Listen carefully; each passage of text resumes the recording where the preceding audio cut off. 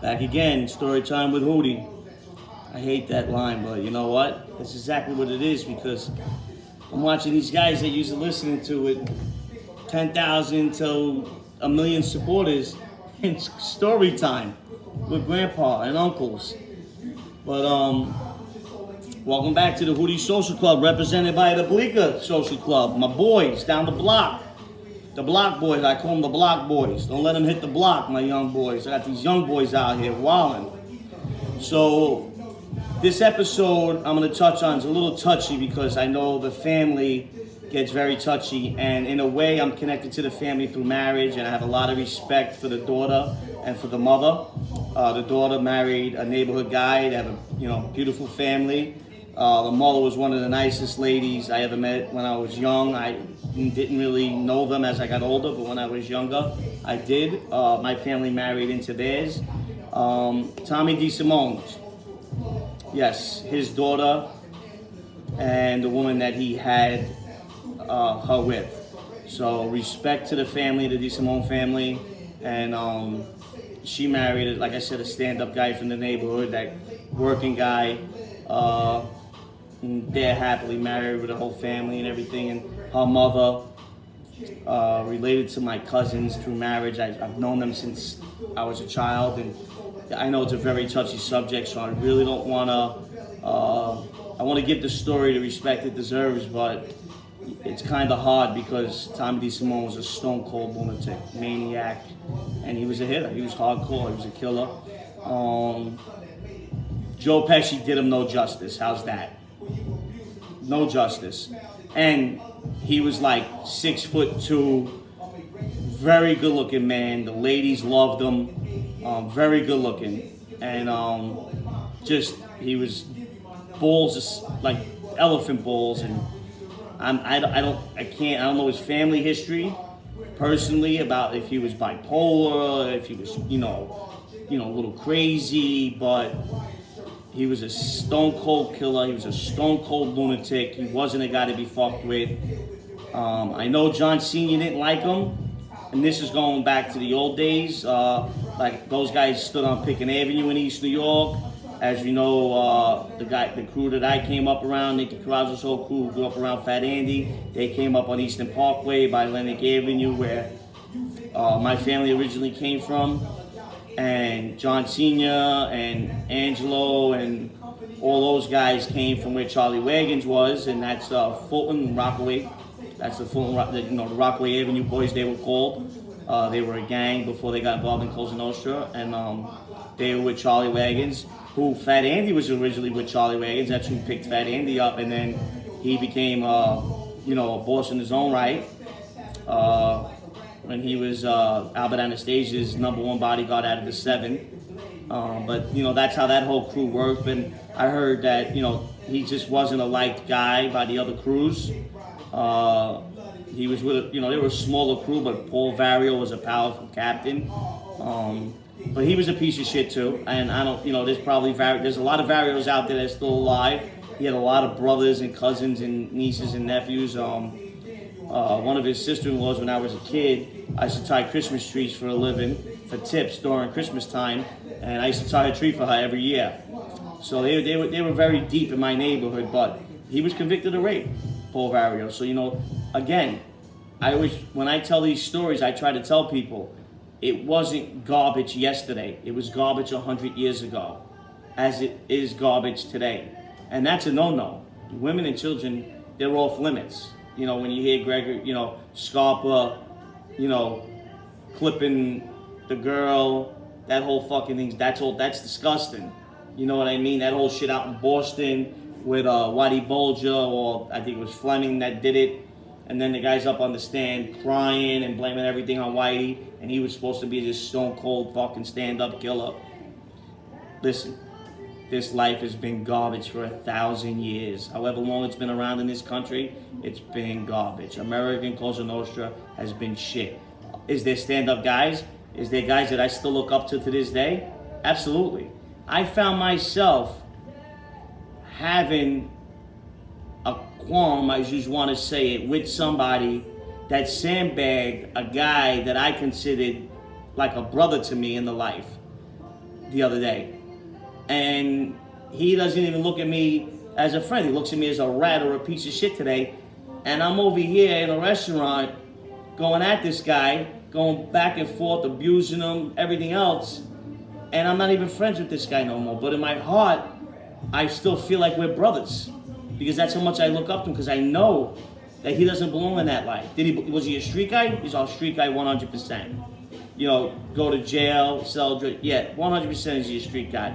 But he don't belong in that life anymore. It's not for him. And so like I said, there's people in that life I looked up to, I still look up to, I respect, I talk good about. But it's a piece of shit life in general. When you talk about the life, you gotta talk about it in a whole. And you know how they say, there's always a few bad apples in a barrel? No. In Cosa Nostra, there's a lot more than a few. There's a few good apples in a barrel when it comes to Cosa Nostra. You just can take that saying and run with it, because everything I say and use, anybody winds up using anyway. But that's what Cosa Nostra is. It's a few good apples in a barrel filled with bad apples, okay? So the story was Billy Bats, made guy with the Gambinos, the whole story. Now that I see how they did the Irishman, that this guy whacked out Joe Gallo, crazy Joe Gallo, who carried 2 pistols, a shotgun, a machine gun, 4 bodyguards, and you know, the Irishman went in and whacked everybody. So with that, you know, I know now how they do these movies. It's insane. First of all, the guy that Tommy wound up killing, his name was Foxy. Foxy was a childhood friend of John Sr., who John Sr. loved. Was he in the life? No. Was he around? Yeah. You know, it was like me towards the end. I was around, but I wasn't involved in Cosa Nostra for nothing. I'm not saying I was anything like him. Supposedly he wasn't involved in the life at all. I was involved in the life. I left it, 05? Really even a little bit before that. I really wasn't doing anything with Cosa Nostra. I was doing my own thing. But I was coming around. And I guess that's how I got pinched in 2011. Up the Christmas parties, the playing cards on Thursday nights, the christenings, the communions, things like that. And he was one of those guys. But John loved him since they were kids. And supposedly they both were in love with the same woman.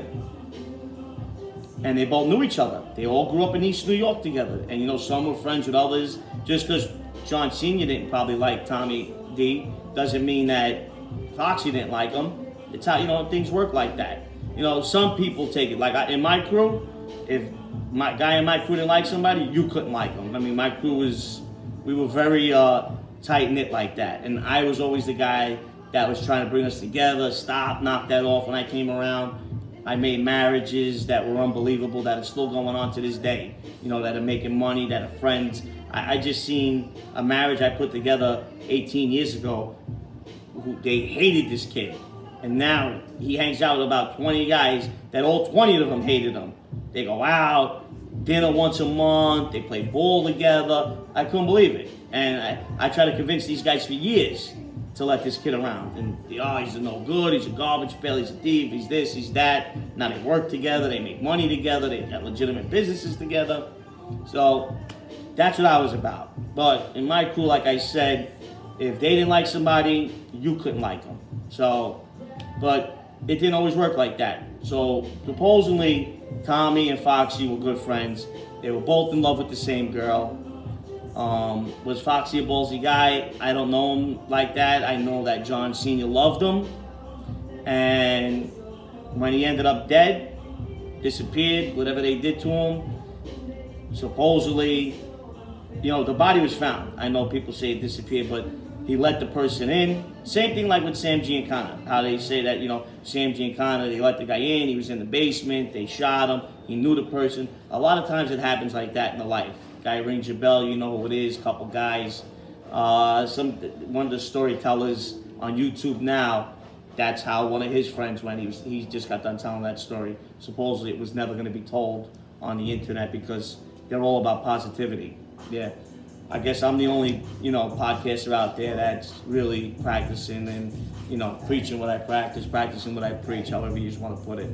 But, so, I guess it was going on long enough, and Tommy DeSimone was a stone cold tough guy. Legitimate, good looking, 6'2", 6'3", maybe even 6'4", 6'5". Big guy, good looking. And Foxy was a big guy as well and good looking. Nothing like Joe Pesci and Billy Batts made guy. It wasn't. Neither one of them were made. Neither one of them were ever getting made. That was a whole bullshit story how they set Tommy up to kill him, and because he was going to be made. It's not like that. So one night, Foxy gets a doorbell rung, and then when his doorbell got rang, he got his bell rung.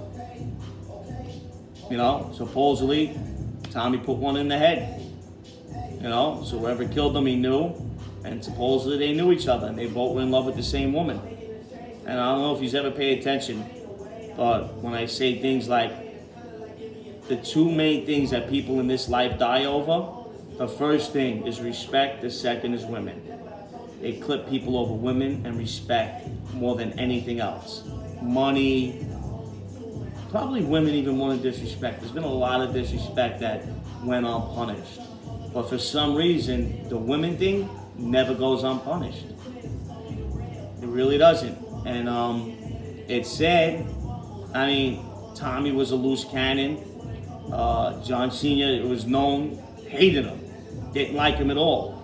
And John Sr. sent Paul Vario a message, which is kind of hard because I know John's whole crew was made before he came home from Greenhaven.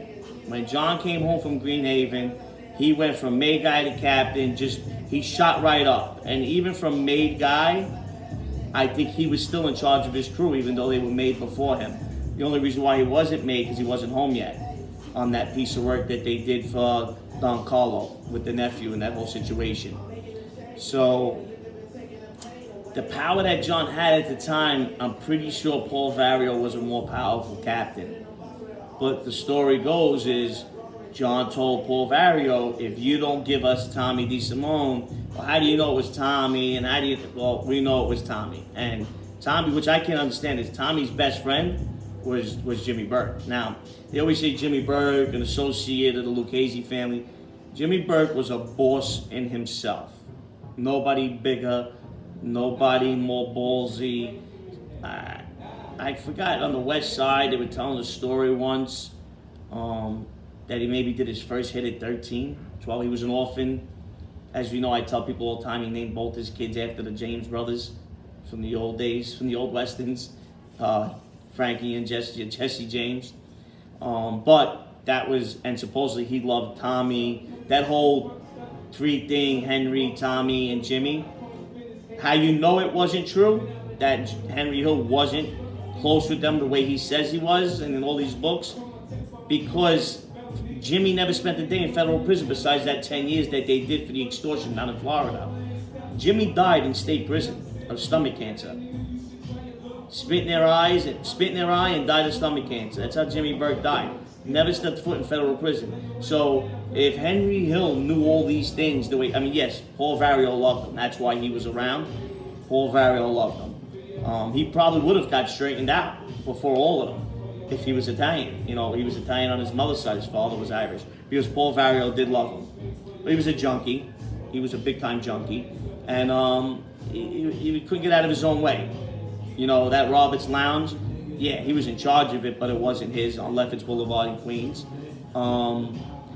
So Jimmy and Tommy were close, and they did whatever they wanted.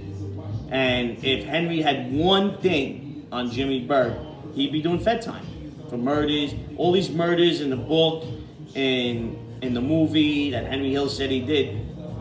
But Jimmy Burke didn't spend a day in federal prison for any of it. That's how you know that they weren't close. You keep listening to these stories, and then people are doing movie Tuesdays, mob movie Wednesdays, mob movie Mondays, and they're not even giving you the correct way that these movies are terrible. Yeah, right, it's good cinema, but don't try to compare it to what's going on in real Cosa Nostra, because it's not. That's why, if you look at it, Jimmy Burke was in state prison for murder, whatever it was for. It wasn't RICO. If it was RICO, he would have been in federal prison. If Henry Hill was as close to him as he claimed to be, he would have been the federal indictment that, that Paul Vario and everybody else was on. But he wasn't. It was Tommy and Jimmy. And Jimmy was an associate of all family. One of his closest friends was Vinny Asara. Vinny Asara was a captain in the Bonanno family, right? Supposedly he was involved in the Lufthansa. Was he involved in it? Probably not. But at the time, his father was a powerful Bonanno, Vinny's father. Vinny was a powerful captain at the time. He was a powerful soldier. I don't know if he was a captain yet. Vinny's in his 90s now. He's still around. So I don't know when did he become captain.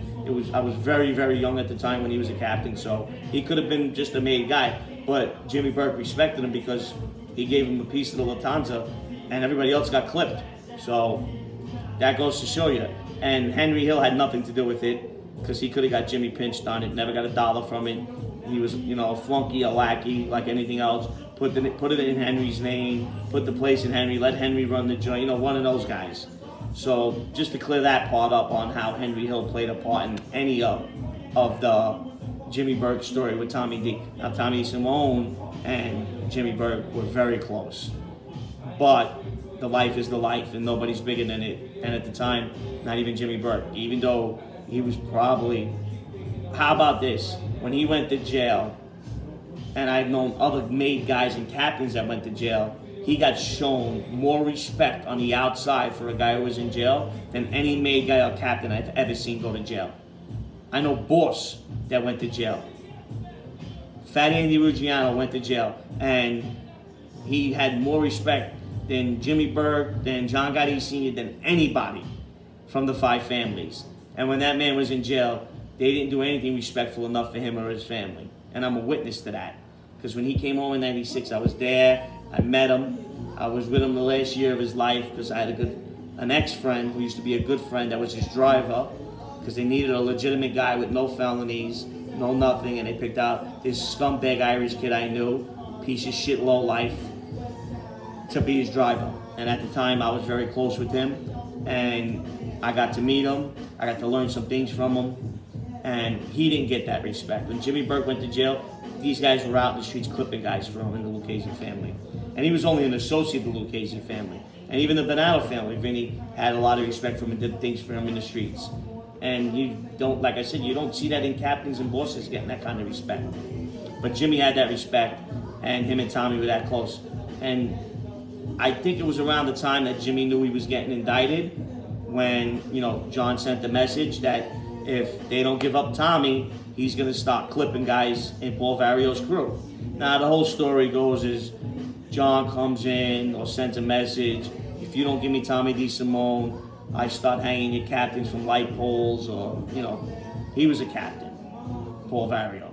So he didn't have captains with him, he had made guys around him. And even at that, which I tell you all the time, captains don't keep made guys around them. You get split up. Captains keep associates around them. Guys, a driver, a guy that gets his fucking laundry, a guy that makes his coffee, a guy that, takes him to his doctor's appointments, a guy that makes sure that whatever, his food's ready. Those are usually associates. The made guys are out gathering associates to earn money for them to kick up to the captain. That's how it's supposed to work. That's how I tell you, like when they called my crew the Princes of the City, because we had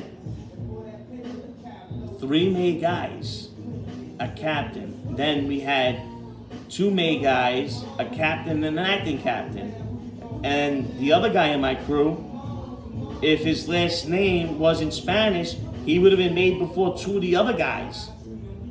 And then my friend's little brother, he kept blocking him from being made because he didn't want his brother straightened out. So we had 6 guys in our crew that all could have been straightened out. And at one point,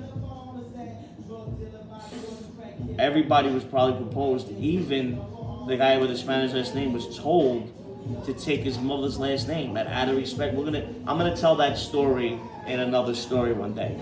How it was insane. Our crew should have been split up, but the captain that put our crew together was so powerful.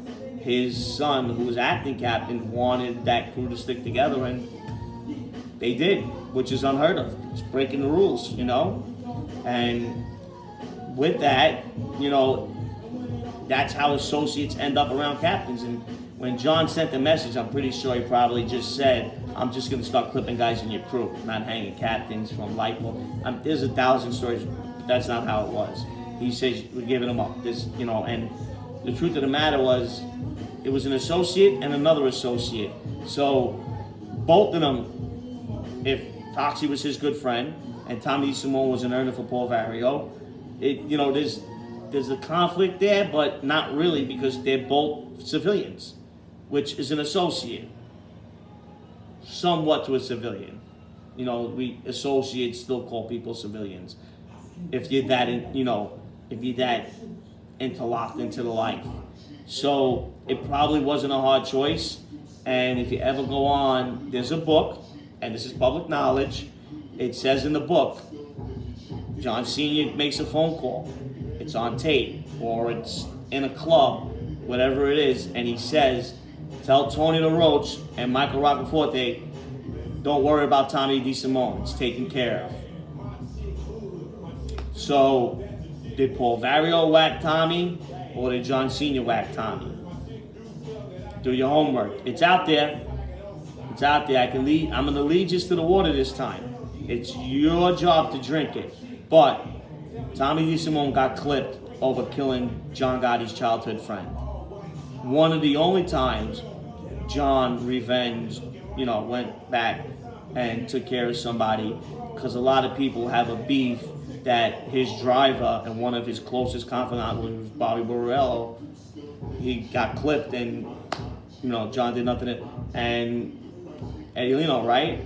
Another one. But Bobby was, his driver, one of his closest friends in the world, besides Angelo. He thought of it like a brother, and there was never revenge. But at this, time in life, I guess because he hated Tommy DeSimone so much, supposedly, he got Tommy clipped for clipping Foxy. And it was all over a woman. And there's no disrespect to the family. My heart always goes out to them. I have a great deal of respect for his daughter and, his daughter's mother.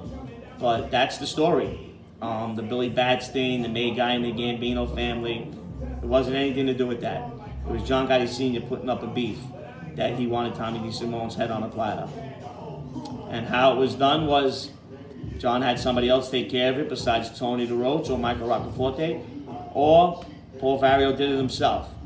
But Tommy was never getting made. He was a loose cannon. And the Lucchese's looked at it as, listen, years ago there was a saying, and it was a saying with the captain in my crew. When guys are that crazy and that wild, there's only two things you could do. Make them or clip them. That's what they used to say. It's an old saying. And I haven't heard anybody say it on any of these podcasts that all supposedly they've been around 100 years. Either make them or clip them. And in Tommy's case, it was either he stays an associate or he gets clipped. It wasn't even make him or clip him. The guy was a loose cannon. And look who his mentor was, Jimmy Burke. More respected than any May guy, than any captain, more respected than any boss. There's one guy that I've seen, not on the outside, on the inside, which I've never seen hacks give respect to, was Danny Marino. And I got a few Danny Marino stories that I'll be telling, and they were calling him Mr. Danny. I was in MCC with him. I didn't get to do time with him on a compound. 12th floor, 10th floor. He was on an upper floor. And I used to, the hacks, Mr. Danny, Mr. Danny, Mr. Danny. And little Anthony from the Bonanno family, when he went away to do 20, somebody did something to somebody in his family, and there was, retribution for that was done. Yeah, but nobody like Jimmy Burke, like I said. And his mentor was Jimmy Burke, Tommy. He might have been even crazier than Tommy. Tommy might have been even crazier than Jimmy. Who knows? And this is Hootie Story Time. Once again, another great story for you guys. And all facts, no bullshit. Till next time, stay up.